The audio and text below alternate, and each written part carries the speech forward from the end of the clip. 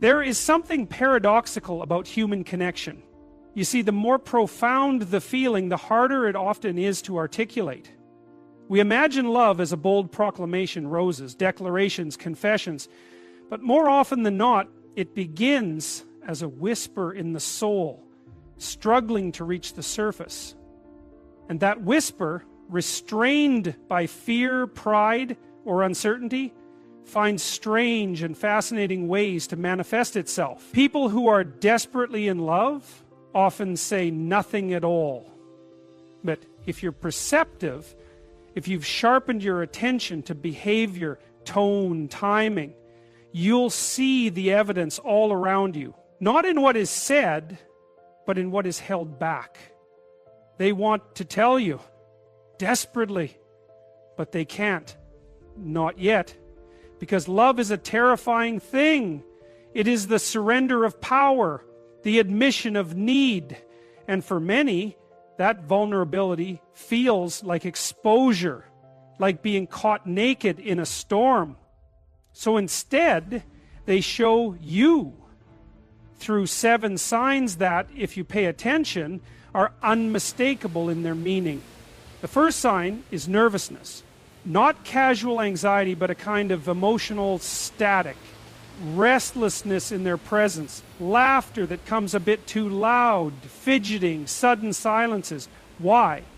Because when you matter deeply to someone, the stakes of every interaction rise exponentially. Every word feels like a test, every moment like a tightrope walk.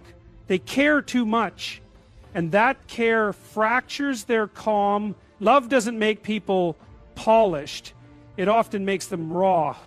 The second sign is attentiveness, focused, intense, even disproportionate attention. They notice things others miss. The way your voice rises at the end of a sentence, the way you tug your sleeve when you're anxious, the fact that you ordered something different today. This isn't casual observation, it's the involuntary mapping of a person's soul. They don't even realize they're doing it, but their mind has made you central. That kind of awareness doesn't emerge from indifference. It's the evidence of a heart orbiting yours. The third sign is sacrifice.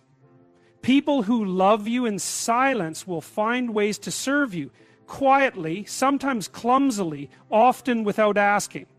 They'll go out of their way to help. They'll drive across town just to bring you something they thought you might need. They'll rearrange their schedule to fit yours.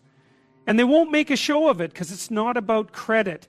It's about proximity, being near you, supporting you, finding a way, however small, to be woven into your life. The fourth sign is jealousy. Not always toxic or overt, but subtle flashes of discomfort when you speak highly of someone else. They might joke, they might go quiet, they might challenge your opinions in ways that seem unusually sharp. What you're witnessing is emotional leakage. Their affection is trying to break through the surface, and it comes out sideways through resistance, protectiveness, or tension. Jealousy is a primitive signal, but it often carries a truth too large to say aloud. The fifth sign is emotional inconsistency. Sometimes they'll act distant, even cold. Other times overly warm or intense. Why? Because they're caught between their desire to confess and their need to protect themselves.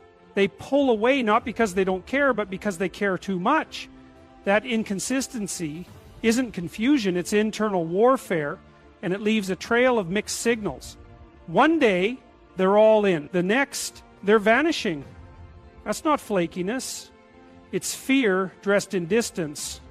The sixth sign is prolonged eye contact or sudden avoidance of it. Both extremes say the same thing. The eyes are windows into what the heart cannot hide. When someone looks at you too long, they're reaching for connection.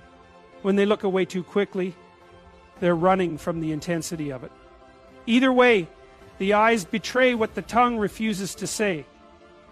In the silence of a glance is often the most honest confession. And the seventh sign is time.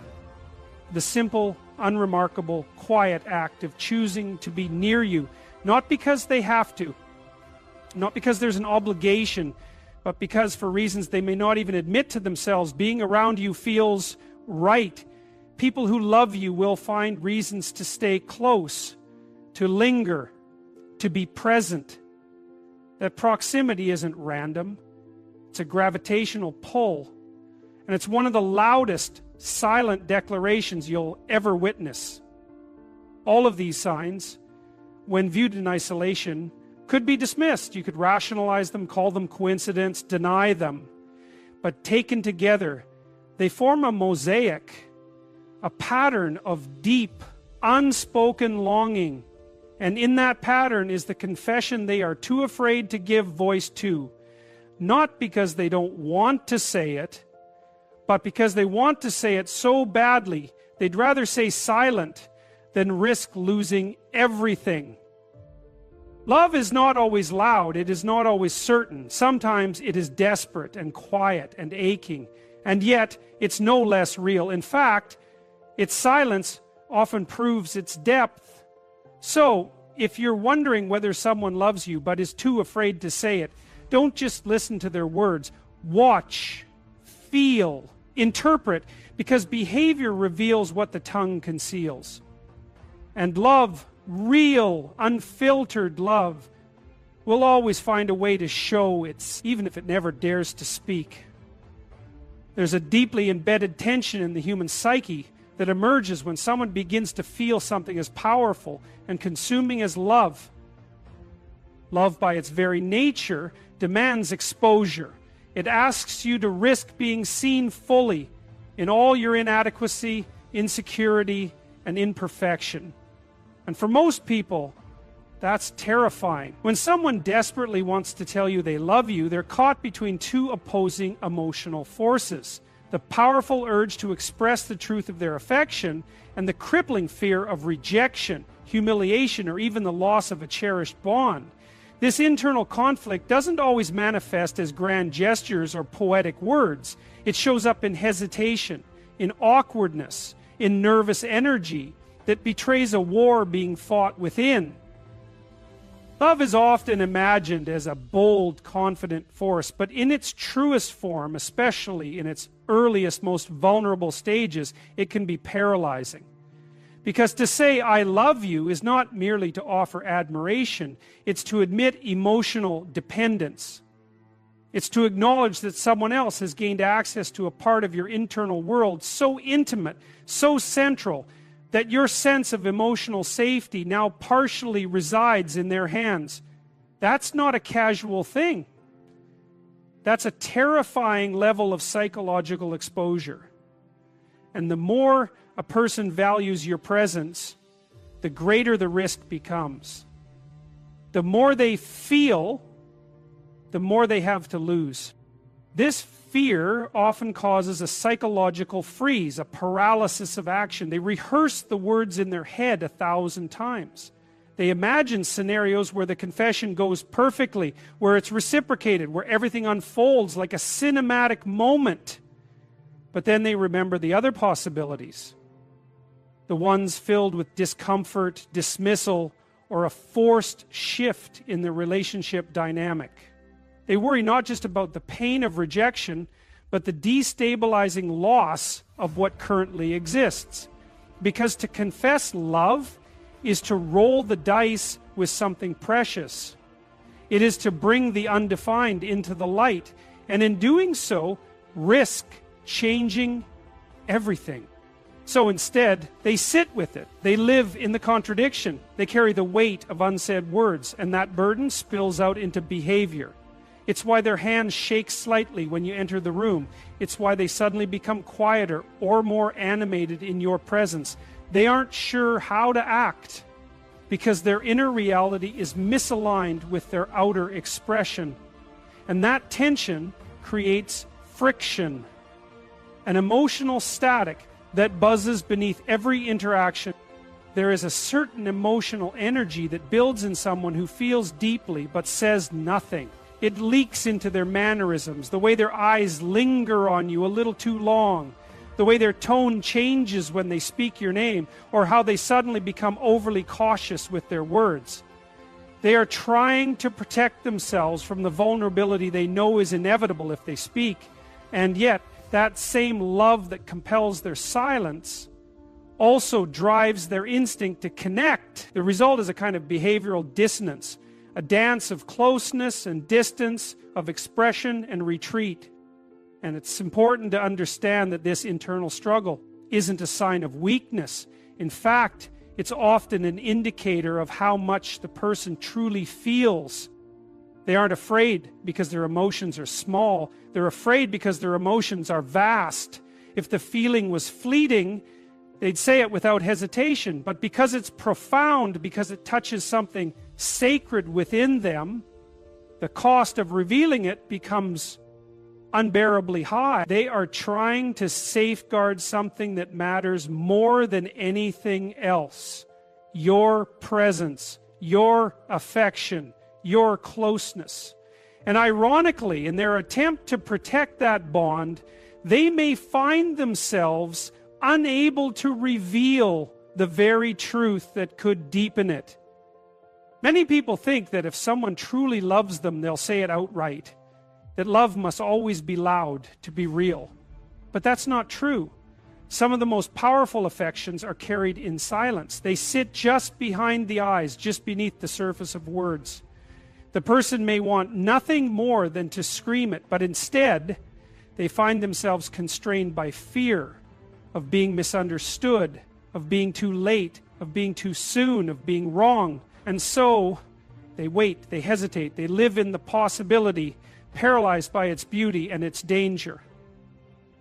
This kind of emotional conflict, this tug-of-war between vulnerability and fear, is deeply human. It speaks to the core of what it means to be emotionally alive. We long to connect, to merge our inner world with another's, to be known and accepted in totality, and yet we fear the consequences of being that visible. We fear the rejection that says, your feelings are not returned. We fear the coldness that might meet our warmth. We fear becoming a burden. So we conceal, we smile, we laugh, we distract, and we carry the truth like a secret, hoping that someone might see through the surface and recognize what lies beneath. To love is to risk. But for many, that risk is delayed indefinitely, hidden behind subtle gestures and anxious silences. And if you are the object of such affection, you may find yourself confused by their behavior, wondering why they act differently around you, why their energy changes when you're near, why there are moments of unspoken depth that vanish as quickly as they appear. You are witnessing the collision of two powerful forces inside them, the desire to connect and the fear of exposure, the need to speak and the dread of consequence. This inner conflict doesn't resolve easily. It builds over time. For some, the pressure becomes too much and the words finally escape in a quiet, trembling confession. For others, it remains buried, forever hinted at but never said. But regardless of whether it's spoken, the emotional truth remains. It shapes their every interaction with you. And if you look closely, past the words, past the small talk, past the careful composure, you'll see it. You'll feel it. Because love, even when unspoken, is rarely invisible. People often believe that love is best expressed through dramatic declarations or bold romantic gestures. But in reality, the deepest emotions are rarely delivered through words. They leak out through actions, through consistent, unconscious patterns that emerge over time. When someone is in love with you, but has not yet found the courage or clarity to say it, their behavior becomes the language through which their feelings are communicated. The body speaks what the mouth cannot. And this behavior becomes a code, a quiet signal system revealing a truth that the person may not even be fully aware of yet. When someone harbors deep affection for you, they begin to focus on details, not just surface details, but subtle, nuanced patterns in your life and behavior. They notice when your energy shifts, when you're quieter than usual, when your routines change. They remember the things you said weeks ago that others have long forgotten. This isn't accidental. Their mind is prioritizing your presence. You're not just another person in the background. You've become a central figure in their mental and emotional landscape. They begin to orient their attention around you, often without realizing it. That attentiveness often comes across in small, seemingly insignificant moments. Maybe they text you first thing in the morning, not because they planned to, but because the thought of you is already there as the day begins. Maybe they ask how your meeting went, even though it was a minor event, because they care about the moments that shape your mood. Maybe they notice that your smile didn't reach your eyes today, and they quietly make an effort to lift your spirit. This is not performative, it's instinctual. When someone loves you, you occupy mental real estate. You become a part of their internal world. And that internal attachment transforms into outward behavior. People express love not just in their presence, but in how they respond to your vulnerability. They become protective, not possessively, but with genuine concern. They worry when you seem off. They try to make things easier for you, even when it costs them time or energy. They listen differently. They engage not just with your words, but with your emotions. Their curiosity about you is not fueled by gossip or boredom.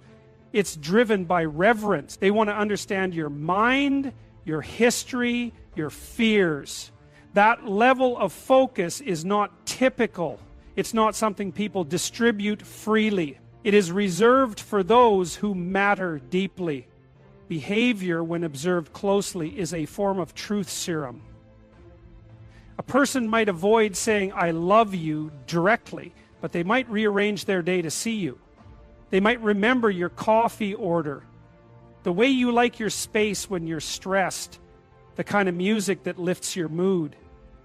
They might seem to anticipate your needs or show up at moments when you didn't even realize you needed someone. None of these things scream, "I love you" in the traditional sense, but together they paint a picture of someone whose heart is heavily invested in your well-being. There's also the behavior of emotional availability. Someone who is secretly in love will often make themselves available in ways that defy convenience. They'll say yes to things just to be near you. They'll linger longer in conversations. They'll offer support without being asked. If you mention needing help, they'll be the first to respond, not because they want a reward or recognition, but because helping you feels meaningful to them. And they don't always know how to say it, but their actions constantly reflect a simple, silent truth. You matter to me.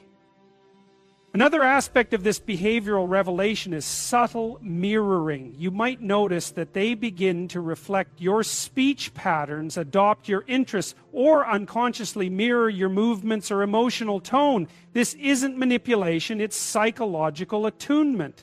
Their nervous system is aligning with yours.